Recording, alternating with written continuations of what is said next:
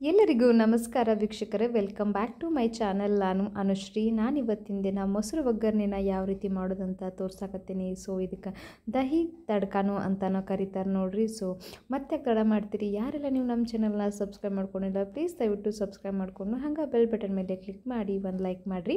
ಬನ್ರಿ ಇವಾಗ ನಾವು ಮೊಸರು ಒಗ್ಗರಣೆನ ಯಾವ ರೀತಿ ಮಾಡೋದಂತ ತೋರಿಸ್ತೇನಂತ. ಸೊ ಮೊದಲೇದಾಗಿ ನಾನು ಗ್ಯಾಸ್ ಹಚ್ಕೊಂಡ್ಬಿಟ್ಟು ಒಂದು ಫ್ಯಾನ್ನ ಬಿಸಿಗೆ ಇಟ್ಕೊಳಕತ್ತೀನಿ.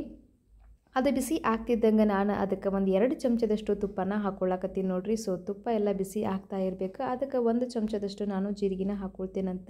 ಸೊ ತುಪ್ಪ ಬೇಡನವರಾಗಿದ್ದರೆ ಎಣ್ಣೆಲೆ ಮಾಡ್ಕೋಬೋದು, ಏನೂ ತೊಂದರೆ ಇಲ್ಲ. ಇವಾಗ ನಾನು ಒಂದು ಗಡ್ಡಿ ಬೆಳ್ಳುಳ್ಳಿನ ಸಣ್ಣದಾಗಿ ಕಟ್ ಮಾಡಿದ್ದ ಹಾಕ್ಕೊಳ್ಳಕತ್ತೀನಿ. ಒಗ್ಗರಣೆಗೆ 2 ಒಣ ಮೆಣಸಿನ್ಕಾಯಿನ ಹಾಕ್ಕೊಳ್ಳಕತ್ತೀನಿ ನೋಡ್ರಿ.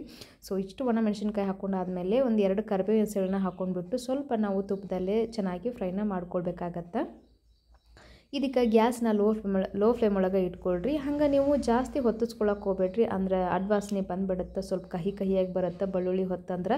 ಸೊ ಇವಾಗ ಒಂದು ಉಳ್ಳಾಗಡ್ಡಿನ ಸಣ್ಣದಾಗಿ ಕಟ್ ಮಾಡಿದ್ದು ಉಳ್ಳಾಗಡ್ಡಿ ಹಾಕ್ಕೊಂಡ್ಬಿಟ್ಟು ಸ್ವಲ್ಪ ಇದು ಹಸಿ ವಾಸನೆ ಎಲ್ಲನೂ ಹೋಗ್ಬೇಕು ನೋಡ್ರಿ. ಅಲ್ಲಿವರೆಗೂ ನಾವು ಸ್ವಲ್ಪ ಇದನ್ನು ತುಪ್ಪದೊಳಗೆ ಫ್ರೈನ ಮಾಡ್ಕೊಳ್ಬೇಕಾಗತ್ತೆ. ಸೊ ಇದಕ್ಕೆ ನಾನು ಒಂದು ಅರ್ಧ ಚಮಚದಷ್ಟು ಅರಿಶಿನ ಪುಡಿ ಹಾಕ್ಕೊಳ್ಳಕತ್ತೀನಿ. ಖಾರಕ್ಕೆ ಒಂದು 2 ರಿಂದ 3 ಚಮಚದಷ್ಟು ನಾನು ಖಾರದ ಪುಡಿನ ಹಾಕ್ಕೊಳ್ಳಕತ್ತೀನಿ. ಸೊ ಇದಿಷ್ಟು ಹಾಕ್ಕೊಂಡ್ಬಿಟ್ಟು ನಾವು ಇದನ್ನು ಸ್ವಲ್ಪ ಚೆನ್ನಾಗಿ ಎಣ್ಣೆ ಒಳಗೆ ಮಿಕ್ಸ್ ಮಾಡ್ಕೊಂಡು ಇದು ಸ್ವಲ್ಪ ನಾವು ಫ್ರೈ ಮಾಡ್ಕೊಳ್ಳೋಣಂತ. ಸೊ ನೋಡಕತ್ತಿರಲ್ಲ ಈ ರೀತಿ ನಾನು ಸ್ವಲ್ಪ ಇದನ್ನು ಬಾಡಿಸ್ಕೊಳ್ಳಕತ್ತೀನಿ. ನೋಡಕತ್ತಿರಲ್ಲ ಕಲರ್ ತುಂಬ ಚೆನ್ನಾಗಿ ಬರತೈತಿ. ಸೊ ಇವಾಗ ಇದನ್ನು ಸ್ವಲ್ಪ ಫ್ರೈ ಮಾಡ್ಕೊಂಡ್ಬಿಟ್ಟು ನಾವು ಇದಕ್ಕೆ ರುಚಿಗೆ ತಕ್ಕಷ್ಟು ಉಪ್ಪು ಅಥವಾ ಸಕ್ಕರೆನ ಹಾಕ್ಕೊಳ್ಳೋಣಂತ, ಅಂದ್ರೆ ಸ್ವಲ್ಪ ಶುಗರ್ ಕೂಡ ಹಾಕ್ಕೊಳ್ಳೋಣಂತ. ಸಕ್ಕರೆನ ತುಂಬ ಚೆನ್ನಾಗಿ ಅನಿಸುತ್ತೆ.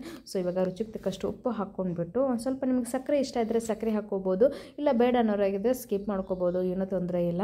ಸ್ವಲ್ಪ ಸಕ್ಕರೆ ಹಾಕೋದ್ರಿಂದ ಟೇಸ್ಟ್ ಇನ್ನೂ ತುಂಬ ಚೆನ್ನಾಗಿ ಜಾಸ್ತಿ ಬರುತ್ತೆ ನೋಡಿರಿ. ಸೊ ಇವಾಗ ಇದೆಲ್ಲನೂ ಚೆನ್ನಾಗಿ ಫ್ರೈ ಆದಮೇಲೆ ಈ ರೀತಿ ಸೈಡಿಗೆ ಎಜ್ಜಿಗೆಲ್ಲ ಆಯಿಲ್ ಬರಬೇಕು ನೋಡ್ರಿ. ಇವಾಗ ಗ್ಯಾಸ್ ಆಫ್ ಮಾಡ್ಕೊಂಡ್ಬಿಟ್ಟು ನಾನು ಒಂದು 2 ಕಪ್ನಷ್ಟು ಗಟ್ಟಿ ಮೊಸರನ್ನು ಹಾಕ್ಕೊಳ್ಳಕತ್ತೀನಿ. ಸೊ ಗಟ್ಟಿ ಮೊಸರು ಹಾಕೋದ್ರಿಂದ ತುಂಬ ಚೆನ್ನಾಗಿ ಬರುತ್ತೆ. ಸೊ ಇದನ್ನು ಸ್ವಲ್ಪ ಚೆನ್ನಾಗಿ ನಾವು ಮಿಕ್ಸ್ ಮಾಡ್ಕೊಳ್ಬೇಕಾಗತ್ತೆ ನೋಡಿರಿ.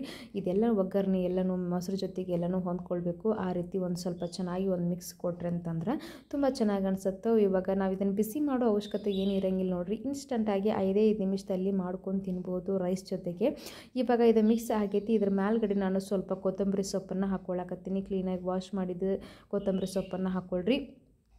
ಕೊತ್ತಂಬರಿ ಸೊಪ್ಪು ಹಾಕ್ಕೊಂಡ್ರೆ ಅಂತಂದ್ರೆ ಮಸ್ತಂಗೆ ನೀವು ಮೊಸರು ಒಗ್ಗರ್ಣಿನ ಮನೆ ಒಳಗೆ ಇನ್ಸ್ಟಂಟಾಗಿ ಮಾಡಿಕೊಂಡು ತಿನ್ಬೋದು ನೋಡಿರಿ.